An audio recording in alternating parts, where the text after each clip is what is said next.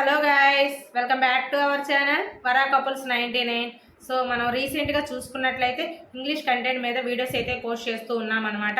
3rd, 4th, 5th, 6th text బుక్కుల్లో ఉన్న poets, authors గురించి సింపుల్గా కోడింగ్తో ఎలా గుర్తుపెట్టుకోవాలి ఏంటి అనేది మనం వీడియోస్ అయితే అప్లోడ్ చేస్తున్నాము. ఎవరైనా చూడకపోతే ఒకసారి వెళ్ళి చూడండి, ఓకేనా. ఈరోజు మనము 7th క్లాస్ టెక్స్ట్ బుక్లో ఉన్న పోయిట్స్, ఆథర్స్ గురించి తెలుసుకుందాము. అయితే చాలామంది ఇక్కడ నాకు కామెంట్స్ అయితే చేస్తున్నారనమాట. ఏమనంటే, అక్క ఓన్లీ నువ్వు ఆ లెసన్ ఎవరు రాశారని మాత్రమే చెప్తున్నావు, లెసన్ ఎక్స్ప్లెనేషన్ చెయ్యక్క. ఆ పోయిట్ రాసిన రచనలు కానీ నవల్స్ కానీ ఇలా ఎక్స్ట్రా ఉంటాయి కదా, అవి చెప్పట్లేదు ఏంటి అని అడుగుతున్నారనమాట. సో ఇక్కడ మనం ఒక లెసన్ గురించి చెప్పుకోవట్లేదండి. సో టెక్స్ట్ బుక్ మొత్తం కవర్ చేస్తున్నాం కాబట్టి మీరు అడిగినట్టు ఒక్కొక్క లెసను, ఆ పోయిట్, అతని యొక్క జీవి చరిత్ర మొత్తం, నవల్స్ ఇవన్నీ చెప్పాలంటే మనకున్న టైం అయితే సరిపోదన్నమాట. మనం ఒక్క లెసన్ కూడా కంప్లీట్ చేయలేము. అలానే కొంతమంది లెసన్ కూడా ఎక్స్ప్లెయిన్ చేయంటున్నారు. మనకు వీలు కాని పని అనమాట.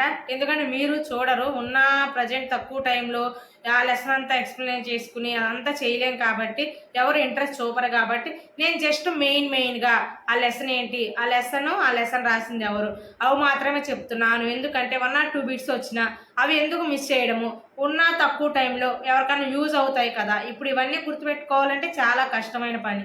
సో అందుకే ఇలా సింపుల్గా గుర్తుపెట్టుకుంటే రేపు 1 or 2 మార్క్స్ వచ్చినా కూడా యూస్ఫుల్ అవుతాయి. సో అందుకనే ఇలా చేస్తున్నాను అనమాట, ఓకేనా.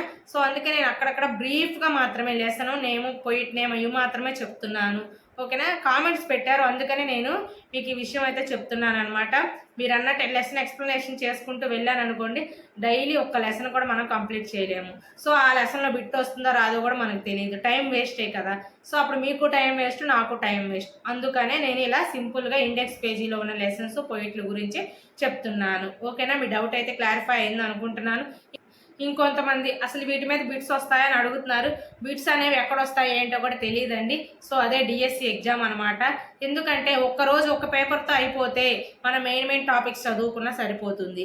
బట్ కానీ ఇక్కడ మనకి 1 month ఎగ్జామ్ జరుగుతాయి కాబట్టి బిట్ అనేది ఎక్కడైనా రావచ్చు, ఓకేనా. పర్టికులర్గా ఇక్కడే రావాలి, ఇక్కడ రాదు అని మనం చెప్పలేము. నాకు తెలిసి మేబీ 1 or 2 బిట్స్ అయితే కంపల్సరీ వస్తాయి. సో అందుకే నేను చేస్తున్నాను. సో వస్తే మనం మిస్ చేసుకోవడం ఎందుకు, అంతేనా కాదా. So hope for the best అనమాట, తెలుసుకుని ఉంటే మంచిది. అందుకనే వీడియోస్ అయితే చేయడం జరుగుతుంది, ఓకేనా. మీ డౌట్స్ అయితే క్లారిఫై అయ్యా అనుకుంటున్నాను. ఇంకెందుకు ఆలస్యం, మరి వీడియోలోకి వెళ్ళిపోదామా. మీలో ఎవరైనా మన ఛానల్ కనుక ఫస్ట్ టైం చూస్తున్నట్లయితే ఛానల్ని సబ్స్క్రైబ్ చేసుకోండి. కష్టపడి వీడియోస్ చేస్తున్నాను కాబట్టి వీడియోకి ఒక లైక్ చేయండి, ఓకేనా. Thank you. సో వీడియోలోకి వెళ్ళిపోదాము. సో 7th క్లాస్ టెక్స్ట్ బుక్లో అండి ఫస్ట్ లెసన్ వచ్చి, ఇందులో లెసన్స్, పోయిట్స్ అన్నీ ఉన్నాయి, నేను వరుసనే చెప్తున్నాను, ఓకేనా. ఫస్ట్ లెసన్ వచ్చి 3 questions. ఫస్ట్ లెసన్ పేరేంటి, 3 questions. దీన్ని ఎవరు రాశారంటే లియో టాల్స్టాయ్. ఎవరు రాశారు, లియో టాల్స్టాయ్. సో దీన్ని ఎలా గుర్తుపెట్టుకోవాలంటే 3, ఇన్ని 3 questions అంట. సో లియోలో ఎన్ని అక్షరాలు ఉన్నాయి, LEO, లీ 3 letters ఉన్నాయి. So Leo Tolstoy 3 questions lesson ఎవరు రాశారు, లియో అంటే 3 అనమాట. 3 టాల్స్టాయ్ అలా గుర్తుపెట్టుకోండి, ఓకేనా. సో 3 questions లియో టాల్స్టాయ్, అది అనమాట. నెక్స్ట్ లెసన్ వచ్చి ద స్క్విరల్. ఏంటండి, ద స్క్విరల్. స్క్విరల్ అంటే ఉడత. దీన్ని ఎవరు రాశారంటే మిల్డ్రెడ్ ఆర్మ్స్ట్రాంగ్. ఎవరు రాశారు, మిల్డ్రెడ్ ఆర్మ్స్ట్రాంగ్. సో స్క్విరల్ ఏం తింటుందండి, చిన్న విత్తనాలు, నట్స్ అవేగా. సో మిల్లెట్స్ తింటుంది, అవునా కదా.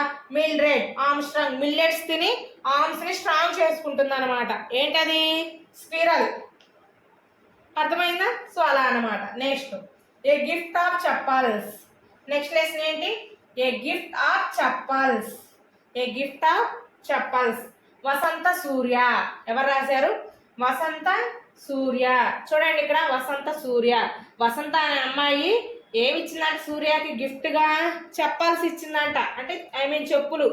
వసంత చెప్పులు ఇచ్చిందనమాట. ఎవరికి, సూర్యకి గిఫ్ట్గా, ఓకేనా. ఏ గిఫ్ట్ ఆఫ్ చెప్పల్స్ అంటే వసంత సూర్యకి చెప్పులు ఇచ్చింది గిఫ్ట్గా. సో అలా లేదనుకో, ఇక్కడ చూడండి సంత. సూర్య సంతలో వెళ్ళి ఏం కొనుక్కొచ్చాడు, చెప్పల్స్ కొనుక్కొచ్చాడు. సో అలా ఏది ఈజీగా ఉంటే అలా గుర్తుపెట్టుకోండి. Next the rebel. నెక్స్ట్ ఏంటి, ద రెబల్. దీన్ని ఎవరు రాశారంటే డీజే ఎన్రైట్. దీన్ని ఎలా గుర్తుపెట్టుకోవాలంటే రెబల్ సినిమాలో సాంగ్స్ అన్ని డీజే వాయిస్తున్నారు అనమాట. రెబల్ సినిమాలో సాంగ్స్ అన్నిటికి ఏం చేస్తున్నారు, డీజే వాయిస్తారంట, డీజే ఎన్రైట్. సో అలా గుర్తుపెట్టుకోండి. ద రెబల్ మూవీలో సాంగ్స్ అన్నీ డీజేలోనే ఉంటాయి. Next the shed. నెక్స్ట్ ఏంటండి? ద షెడ్ దీన్ని ఎవరు రాశారంటే ఫ్రాంక్ ఫ్లిన్. ఎవరు రాశారు? Frank Flynn. మధ్య ఎక్కడ చూసినా ఫ్రాంక్లో అయిపోతున్నాయి అనమాట. సో ఇప్పుడు ఫ్రాంక్ ఎక్కడ చేశారు? షెడ్లో చేశారంట. షెడ్లో ప్లాన్ చేశారంట. ఫ్రాంక్ అనేది ఎక్కడ ప్లాన్ చేశారు? షెడ్లో ప్లాన్ చేశారు. సో షెడ్ని ఎవరు రాశారు? Frank Flynn. అలా గుర్తుపెట్టుకోండి. Next the ashes that made trees bloom. The ashes that made trees bloom. Ashes అంటే ఏంటండి? యాష్ అంటే బూడిదేగా. That made trees bloom. ఆ బూడిద మొక్కల్ని ఫ్లవర్స్ ఇస్తుందా బూడిద మొక్కలకి? సో ఇక్కడ ఎవరు రాశారు చూడండి ఆ లెసన్ని? William Elliot Griffis. సో దీన్ని ఎలా గుర్తుపెట్టుకోవాలంటే the ashes that made trees bloom. బూడిద ఎక్కడైనా మొక్కలకి ఫ్లవర్స్ని ఇస్తుందా? ఇవ్వదు. సో ఎలా? William Elliot Griffis. ఎలా ఇస్తుంది? ఎలియట్ ఎలా? గ్రాఫిక్స్లో అయితే ఇస్తుంది. ఓకేనా? సో ఎలా ఇస్తుంది? ఎలియట్లో ఎలా ఇస్తుంది అంటే గ్రాఫిక్స్. గ్రిఫిక్స్ అన్నదాన్ని గ్రాఫిక్స్లా పెట్టుకున్నాం అనుకోండి మనం. So the ashes that made trees bloom. So బూడిద మొక్కలు ఎలా ఇస్తుంది అంటే గ్రాఫిక్స్లో ఇస్తుంది. ఎలా ఇస్తుంది? గ్రాఫిక్లో. William Elliot Griffis. అలా గుర్తుపెట్టుకోండి. ఓకేనా? సో సింపుల్గా ఒకసారి చూడండి. 3 questions, 3 letters. Leo Tolstoy. LEO 3 letters ఉన్నాయి కాబట్టి 3 టాల్స్టాయ్. ద స్క్విరల్ మిల్లెట్స్ తింటుంది. మిల్డ్రెడ్ ఆర్మ్స్ట్రాంగ్ చేసుకుంటుంది. A gift of చెప్పల్. వసంత సూర్యకి చెప్పల్ని గిఫ్ట్గా ఇచ్చింది. ద రెబల్ సినిమాలో మూవీలో సాంగ్స్ అన్ని డీజే లాగా ఉన్నాయి. DJ Enright. The shed. ఈ మధ్య ఫ్రాంక్లన్నీ షెడ్లో చేసి ప్లాన్ చేస్తున్నారు. ఈ మధ్య ఫ్రాంక్ వీడియోస్ అన్ని షెడ్లోనే ప్లాన్ చేస్తున్నారు. ఓకేనా? The ashes that made trees Bloom. ఈ యాషెస్ నుంచి బ్లూమ్స్ వస్తాయా? వస్తాయి. ఎలా? గ్రాఫిక్స్లో నుంచి వస్తాయి. సో ఇలా సింపుల్గా గుర్తుపెట్టుకోండి. Next lesson chivvy. Next lesson ఏంటి? చివి. దీన్ని ఎవరు రాశారంటే మైకేల్ రోజెన్. ఎవరు రాశారు? Michael Rosen. సో దీన్ని ఎలా గుర్తుపెట్టుకోండి? మైకేల్ రోజెస్ని చివింగం లాగా నవలేస్తున్నాడు. ఓకేనా? మైకేల్ రోజెస్ని చివింగం లాగా నవలేస్తున్నాడు. సో అలా గుర్తుపెట్టుకోండి. నెక్స్ట్ లెసన్ వచ్చి ద క్వాలిటీ. దీన్ని ఎవరు రాశారంటే జాన్ గాల్స్వర్తీ. ఎవరు రాశారు? జాన్ గాల్స్వర్తీ. సో ఇక్కడ చూడండి క్వాలిటీ. మనం ఏదన్నా ప్రొడక్ట్ కొన్నా కూడా దాని క్వాలిటీ ఎలా ఉంది ఏంటి అని బాగా వచ్చింది అనుకో, దానికి ప్రైస్ మనం ప్రైస్ మనం ఏమంటాం? వర్తే అంటాం కదా. క్వాలిటీ వర్త్ అంటాం. అంటే మంచి క్వాలిటీ వస్తే దాన్ని మనం వర్త్ అనే చెప్పుకుంటాం అనమాట. సో అలా గుర్తుపెట్టుకోండి. వర్త్. నెక్స్ట్ లెసన్ వచ్చి ట్రీస్ అండి. ట్రీస్ దీన్ని ఎవరు రాశారంటే షెర్లీ బవేర్. ఎవరు రాశారు? షెర్లీ బవేర్. సో చూడండి ఇక్కడ ట్రీస్ ఎక్కాలంటే ఎప్పుడైనా మనకి బ్రేవ్ కావాలి. సో బవేర్. ఓకేనా? బ్రేవ్ అనేది కావాలన్నమాట చెట్లు ఎక్కాలంటే. సో అందుకే షెర్లీ బవేర్. బవేర్ని కొంచెం బ్రేవ్ అనుకోండి. బవేర్. ఓకేనా? Next expert detectives. Next lesson ఏంటి? Expert detectives. ఈ లెసన్ ఎవరు రాశారంటే శారదా ద్వివేది. ఎవరు రాశారండి? శారదా ద్వివేది. సో ఇక్కడ చూడండి ఎక్స్పర్ట్ డిటెక్టివ్స్. మా లేడీస్ నేమ్ వచ్చింది శారద. సో మన లేడీస్ ఎప్పుడు ఎలా ఉంటారు? డిటెక్టివ్గా ఉంటారు. అవునా కదా? కనిపెడుతూ ఉంటారనమాట. కనిపెట్టడంలో కింద ఏం జరుగుతుంది, అటేం జరుగుతుంది, ఇటేం జరుగుతుంది అని చెప్పి మన ఇంట్లో వాళ్ళు ఏం చేస్తున్నారు ఏంటని ఎప్పుడు మనం డిటెక్టివ్ పనులు చేస్తూ ఉంటాం వాళ్ళకి తెలియకుండా. సో అట్లా శారదా ద్వివేది డిటెక్టివ్. శారద ఎప్పుడు డి అంటే డి అంటుంది, ద్వివేది డిటెక్టివ్. అలా మీకు నచ్చినట్టు గుర్తుపెట్టుకోండి. ఓకేనా? Next mystery of talking fan. So దీన్ని ఎవరు రాశారంటే మౌట్ రుబిన్. సో ఇక్కడ చూడండి మిస్టరీ ఆఫ్ టాకింగ్ ఫ్యాన్. ఎక్కడైనా మాట్లాడుతుందా? అసలు ఫ్యాన్ మాట్లాడుతుందా? అదే కనుక్కోవాలన్నమాట. Mystery of talking fan. So అదే అనమాట మౌట్ రుబిన్. మాట్లాడితే మనం దేంతో మాట్లాడతాం? మౌత్తేగా. అవునా కాదా? సో ఇక్కడ మౌడ్ టాకింగ్ కాబట్టి మౌడ్ రుబిన్. అలా గుర్తుపెట్టుకోండి. టాకింగ్ ఫ్యాన్ ఎలా మాట్లాడాలి? మౌత్తో, నోరుతోనే కాబట్టి మౌడ్ రుబిన్. సో అలా సింపుల్గా గుర్తుపెట్టుకోండి. ఓకేనా? Next lesson the invention of Vita Wonk. The invention of Vita Wonk. ఈ లెసన్ ఎవరు రాశారంటే రోల్డ్ దాల్. ఎవరు రాశారు? రోల్డ్ దాల్ రాశారనమాట. దీన్ని ఎలా గుర్తుపెట్టుకుని, ద ఇన్వెన్షన్ అంటే ఏంటి? కొత్త వస్తువు ఏదైనా కనిపెడతామేనా కాదా? So the invention of Vita Wonk. So కొత్తది కనిపెడితే మన వాళ్ళు ఏమి ఇస్తారు? గవర్నమెంట్ గోల్డ్ మెడల్తో సత్కరిస్తుంది. కానీ ఇక్కడ రోల్డ్ మెడల్ ఇచ్చిందంట. ద ఇన్వెన్షన్ కొత్తది కనుక్కుంటే వాళ్ళకి ఏమి ఇచ్చింది? రోల్డ్ మెడల్ ఇచ్చిందంట. Roald Dahl. అలా గుర్తుపెట్టుకోండి. ఓకేనా?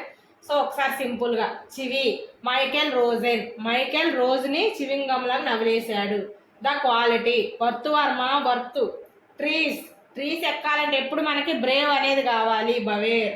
ఎక్స్పర్ట్ డిటెక్టివ్స్ అంటేనే మన లేడీస్ అంటే Sharada Dwivedi name. Mystery of talking fan ఎక్కడైనా మాట్లాడిద్దా? టాకింగ్. సో మాట్లాడితే దేంతో మాట్లాడిద్ది? Mouth. So mouth Rubin. Next the invention of Vita Wonk. Invention అంటే కనుగొంటే వాళ్ళకి ఏమి ఇస్తారు? Gold medal. కానీ ఇక్కడ రోల్డ్ దాల్. సో సింపుల్గా ఇలా గుర్తుపెట్టుకోండి. ఓకేనా? నెక్స్ట్ లెసన్ అండి Dad and the cat and